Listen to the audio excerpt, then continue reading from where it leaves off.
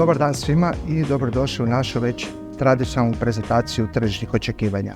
Danas nam je cilj u 20 minuta sa kolegicom i kolegama fond menadžerima ukratko proći što očekujemo od pojedine klase imovine, dionica, obveznice i sl. Kako biste vi mogli donositi investicijske odluke u ostatku godine.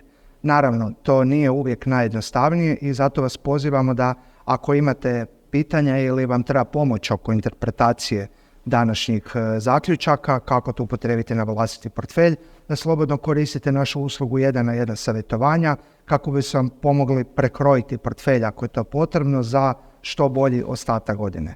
Pa da počnemo. Dario, prvo pitanje je za tebe. Glavna tema prošlog izlaganja, ali i cijele prošle godine je bila inflacija. Tada smo rekli da vjerujemo da će inflacija postati sve manje i manje važna i da će nekakav primat preuzeti gospodarski rast, to jest moguće usporavanje. Kako stoje glavna globalna gospodarstva i što je promijenilo u zadnjih 6 mjeseci? Ako se dobro sjećate, prethodno put kad smo se našli krajem godine, mi smo očekivali da će gospodarski rast u SAD-u i eurozoni značajno usporiti. Čak smo se i bojali da postoji relativno visoka mogućnost recesije ako ona nije bila pretežita. U tom smislu zapravo sadašnja tržišna očekivanja su bolja. Znači ta vjerojatnost recesije praktički u prognozama analitičara niti ne postoji, a rast u eurozoni i u SAD-u je prognoziran za 2023. je ipak viši. Konkretno u eurozoni umjesto pada od oko 0,5% se očekuje rast BDP-a od 0,5%, a u SAD-u se umjesto 0,5% rasta BDP-a očekuje rast preko 1%. Super, znači možemo zaključiti da se ostvaruje onaj naš pozitivni scenarij kojeg smo iznosili prošli put. A koji su točno faktori doveli do toga? Pa pretežiti faktor, odnosno čimbenik zapravo boljih očekivanja je potrošač. Da? Znači u SAD-u je potrošač relativno otporan na ono što smo vidjeli da se dešavalo prethodne godine, konkretno prije svega na inflaciju. I zapravo zaposlenost je vrlo visoka, svi primaju plaće čak i rastu nekim stopama koje ipak nadoknađuju dio izgubljenog realnog dohotka zbog rasta cijena. Osim toga, potrošači imaju velike zalihe štednje koje su nakupili u covidu i još ih nisu potrošili. Dostupni su im krediti i nisu visoko zaduženi u kreditima i slično. Slično je i u Europi. U Europi je dodatno slika bolja zato što smo izbjegli energetsku krizu koja se očekivala tada zbog otežane isporuke plina i nedostatka plina koji je dolazio u Europu iz Rusije. Nekakvom dobrovoljnom štednjom i blažom zimom zapravo Europa izbjegla taj negativni scenarij i to se nije značajnije odrazilo na ekonomski rast. Onda moram pitati kakva je situacija sa inflacijom, iako mislimo da se to možda prošlo, ali je li ona sigurno prošla vrhunac i hoće li se ona u nekoj bližoj budućnosti približiti onoj stopi od 2% koji ciljaju središnji bankari? Pa rekli bi da je prošlo vrhunac i da idemo prema tamo, ne? Znači, u biti, mi smo sad u nekakvom disflacijskom ciklusu, odnosno u ciklusu smanjenja rasta inflacije i u SAD-u i u Europi, naročito u SAD-u. Mi zapravo vidimo da inflacija pada, odnosno cijene energenata padaju i doprinose negativnoj inflaciji, a cijene recimo hrane, nekih roba, odnosno svih roba praktički su smanjile stope rasta. Prema tome zapravo inflacija pada iz mjeseca u mjesec i to je krenulo negdje recimo već od kraja godine prethodne i očekujemo nastavak tog trenda. Jedino u sektoru usluga se ne vidi neki značajniji pad cijena i cijene su i dalje rastu relativno visokim stopama, ali vide se neke naznake zbog kojih bi moglo doći do zaokreta, iako će taj zaokret biti relativno sporiji nego što je bio zaokret na ovim prethodno spomenutim komponentama. Znači makroekonomske okolnosti su bile pozitivnije od naših inicijalnih očekivanja, a čak i nekakve kratkoročne krize koje su bile u bankarskom sektoru su imale pozitivan utjecaj na obveznice.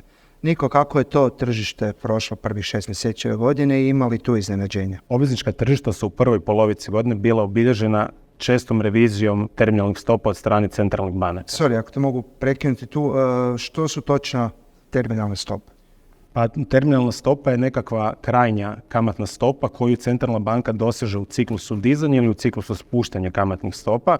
S obzirom da sad imamo ciklus dizanja kamatnih stopa, to je nekakav vrhunac kamatnih stopa koje ćemo mi vidjeti. S obzirom da smo imali reviziju terminalnih stopa prema gore, na to su najviše reagirale kratkoročne obveznice koje su zapravo najviše rasle u prinosu, tako da smo imali nešto slabiju izvedbu od očekivane na kraćem kraju krivulje. S druge strane, na duljem kraju krivulje recimo da su prinosi ostali nepromijenjeni, međutim bili su poprilično volatilni. S jedne strane na njih je utjecala neizvjesnost poput one koju smo imali u bankarskoj krizi, koji su pozitivno zapravo utjecali na dugoročne kamatne stope najsigurnijih obveznica, a s druge strane imali smo nešto veću količinu izdanja te kvantitativno stezanje koje provodi centralna banka koja je negativno utjecala na cijenu državnih obveznica. Ono što mi želimo naglasiti u narednom razdoblju, mi ćemo se pozicionirati sa nešto dužom duracijom jer se približavamo znači vrhuncu kamatnih stopa, odnosno terminalnoj stopi. Je li to pogodilo sve obveznice jednako? Ima li tu nekih pobjednika ili gubitnika i na što misliš da trebamo obratiti pozornost u idućem periodu? 2023. godina je svakako bolja od prethodne dvije, uopće neusporedivo. Zapravo nema nekakvih značajnih gubitnika jer je većinu obveznica bez obzira na rok dospijeća ostvarilo pozitivan prinos. Pobjednika svakako ima, relativnih pobjednika, a tu bi izdvojio državne obveznice regije i periferije u odnosu na državne obveznice jezgre eurozone. Čak tu možemo reći da se taj kamatna razlika, odnosno kamatni diferencijal između državnih obveznica regije i periferije značajno suzio u odnosu na državne obveznice jezgre eurozone. I ono što mi ćemo raditi u narednom razdoblju, znači povećavat ćemo duraciju kroz dodavanje rizika, odnosno kroz izlaganje dugoročnim državnim obveznicama regije i periferije. Kada već spominjemo pobjednike, najveći pobjednik su svakako bila dionička tržišta koja su nakon katastrofalne 2022. imala odličan rast do sada u godini, pogotovo tehnološke kompanije. Krešo, kako bi ti sumirao u prvu polovicu godine na dioničkim tržištima? Pa rekao bi da je donekle iznenađujuća. Ono što tu treba istaknuti je da je zapravo dionička tržišta su predvodila nekolicina imena iz tehnološkog sektora i to prvenstveno na krilima nekako tog razvoja umjetne inteligencije koje sada konstantno čitamo u tome i zapravo se tu na krilima toga stvorio neki optimizam za budućnost, dok ako gledamo nazovi ispod poklopca, zapravo dosta veliki dio cjelokupnog tržišta nije pratio takve trendove i tu je čak došlo i do nekakvog spuštanja očekivanja po pitanju zarade i zapravo čak i korekcije u određenim sektorima, tu prvenstveno ciljam na određene sektore povezane sa industrijskom proizvodnjom gdje zapravo sada valuacijske razine izgledaju povoljnije nego što su to izgledale krajem prošle godine. Je li umjetna inteligencija jedini razlog takvog rasta? Zapravo i nije. Tijekom cijele prošle godine zbog straha od recesije i rizika koje su već ranije tu spomenuti, investitori su smanjivali izloženost u dionička tržišta. U godinu smo ušli na jednoj od najnižih razina investiranosti u njih, te što je onda rezultiralo da u kombinaciji sa puno boljim makroekonomskim pokazateljima i time što se nije realizirala niti recesija, niti nekakav negativan scenarij, se dogodio svojevrstan short squeeze na dioničkom tržištu. Nika, možeš li kao Niko terminalne stope ti malo pojasniti izraz short squeeze? Short squeeze bi označavao situaciju u kojoj radi jako kratka cijena nekog instrumenta na kojem su investitori pozicionirani short, odnosno kojeg su short, su primorani, natjerani zatvarati tu poziciju, a to rade na način da kupuju taj instrument, te onda dodatno ukoliko cijena tog instrumenta raste, pojačavaju taj pomak. I to se slično dogodilo i sada na dioničkim tržištima, zato što su bili vrlo nisko pozicionirani, te su onda u kratkom vremenu morali naglo povećati svoju izloženost. Pitanje koje se sigurno mnogi klijenti u našim dioničkim fondovima postavljaju je li nakon ovakvog rasta u godini, vrijeme za možda malo šortanje dioničke izloženosti, to je da se malo realizira zarade i makne u sigurnije oblike investiranja.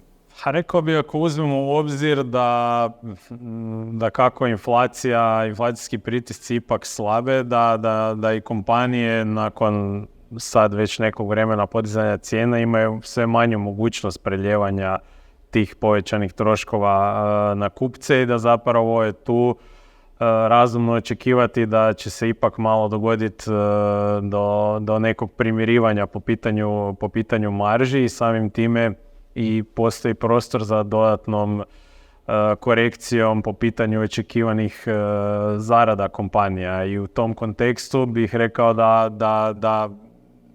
da bi mogli reći da će investitori realizirati dosad ostvarene dobitke.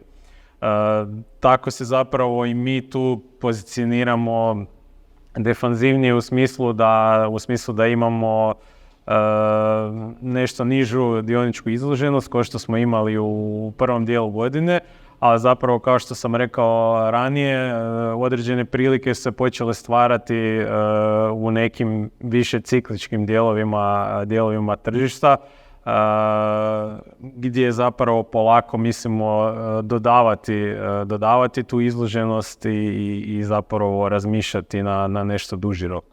Nika, kakav je generalni sentiment investitora?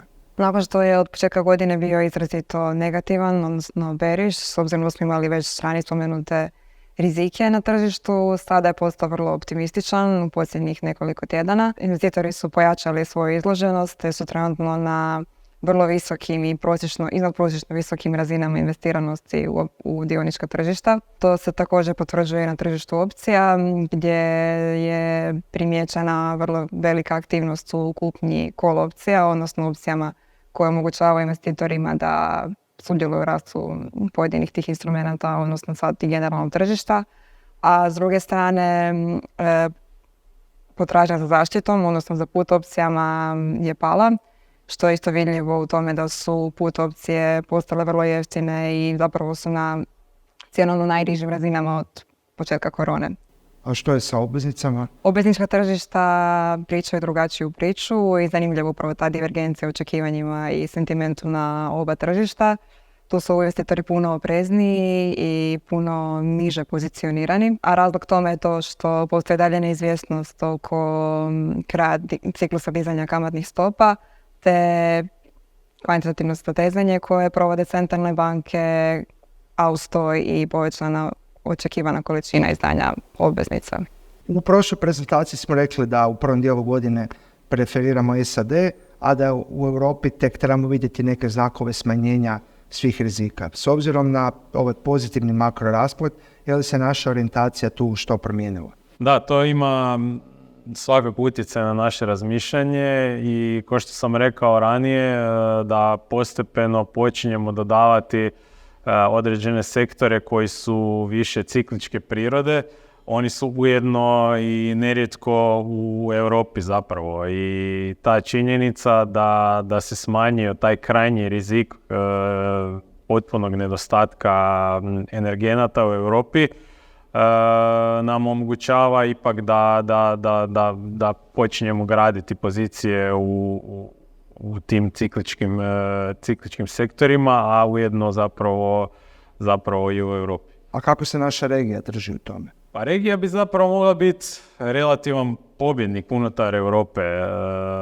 Regija jugoistočne Europe koju mi pratimo i koju ulažemo je zapravo vrlo dobro geostrateški pozicionirana za niz trendova koji se trenutno događaju, a najvažniji od njih su ta energetska tranzicija gdje zapravo tu postoji određena energetska infrastruktura ili se razvija, koja je zapravo bitna kako za samu regiju, tako i za zemlje zapadne Europe koje su blizu regiji. Tu imamo vrlo snažne trendove takozvanog nearshoringa i reshoringa, gdje zapravo zemlje regije postaju glavni primatelji proizvodnih kapaciteta koji su donedavno bili u Kini. iz razloga što kompanije zapravo sve više počinju cijeniti tu stabilnost, blizinu i diversifikaciju na kraju krajeva svojih proizvodnih lanaca i jednostavno ne žele više biti toliko ovisni o isključivo jednoj zemlji koja je bila Kina u najvećem broju slučajeva. Krešo, snimali sve video na tu temu, pa možete pogledati i video samo o našoj regiji. S time smo završili ovaj prvi dio i sad kao i uvijek dobili smo neka pitanja prije snimanja naše digitalne publike. Prvo bi bilo pitanje za tebe, Dario. Koji su rizici za daljnji rast gospodarstva? Mi tu vidimo zapravo dva osnovna rizika. Jedan su te visoke kamatne stope, odnosno jako visoko dizanje kamatnih stopa od strane centralnih banaka i druga je da ipak ta inflacija ne nastavi dalje padati. Što se tiče prvog rizika, znači visoke kamatne stope donose neke probleme u financijskom sektoru, vidjeli smo to i u 3. i 4. mjesecu i znači onda banke su manje sklone davati kredite i ta manja sklonost davanja kreditima i visoke cijene kredita zapravo utječu na smanjenje potražnje za korporacija, a onda i kućanstava za investicijama i za financiranjem potrošnje kućanstva ili za kupnje stanova i to smanjuje rast. Što se tiče inflacije, tu osnovni rizik vidimo u tome da su inflacija bila praćena, zapravo pad stopa inflacije je bio praćen sa velikom korekcijom na robama i energentima i to je bio veliki kontributor pada inflacije, međutim dosta su te već energenti i robe pale i nekakav neočekivani rast ili nekakav poremećaj geopolitički kao treći rizik bi mogli dovesti do iznenadnog rasta inflacije. Ovo ispada kao da smo to planirali jer puno puta spomenuo robe i to nas dovodi do idućeg pitanja za Niku. Niko, kakva je situacija na tom tržištu? Tržišta roba su zapravo imale negativnu izvedbu, izuzev kategorije plemenitih metala koje su jedina kategorija unutar košarice sa pozitivnom izvedbom. Razlog tome je očekivanje recesije te smanjenje potražnje za robama i smanjenje zaliha tih istih roba, dok su plemeniti metali zapravo svojevrsna zaštita i osiguranje te uslijed te neizvjesnosti su pružili pozitivnu izvedbu. Isto tako drugi razlog negativne izvedbe je izostanak očekivanog efekta otvaranja kineskog gospodarstva, gdje se očekivala impuls sa strane potražnje za robama, što nismo vidjeli u ovoj fazi. U narednom razdoblju očekujemo nekakav povratak, recimo i oporavak tržišta roba, iz razloga što sada vidimo veću vjerojatnost za nekakvim soft landingom, odnosno blažom recesijom, te isto tako očekujemo kako će efekt otvaranja kineskog gospodarstva biti vidljiv u dugom roku. Iduće pitanje za Krešu. Nakon ogromnog rasta pojedinih tehnoloških dionica, ima li još uvijek prilika za investiranje u tom sektoru? Ja bih rekao da ima. Mislim, tu bi istaknuo dvije stvari. Znači, jedna stvar je to uzbuđenje oko razvoja AI-a bi gledao s dvije strane. Nekako da je možda u kratkom roku to gledamo malo preoptimistično, ali u dugom roku bi čak rekao da postoji mogućnost da podcjenjujemo utjecaj te AI revolucije na ukupnu produktivnost gospodarstva, a što će se to brže implementirati, to će zapravo i te tehnološke kompanije koje sudjeluju u tom lancu više profitirati. Tako da razdvojio bi taj neki kratki drugi rok.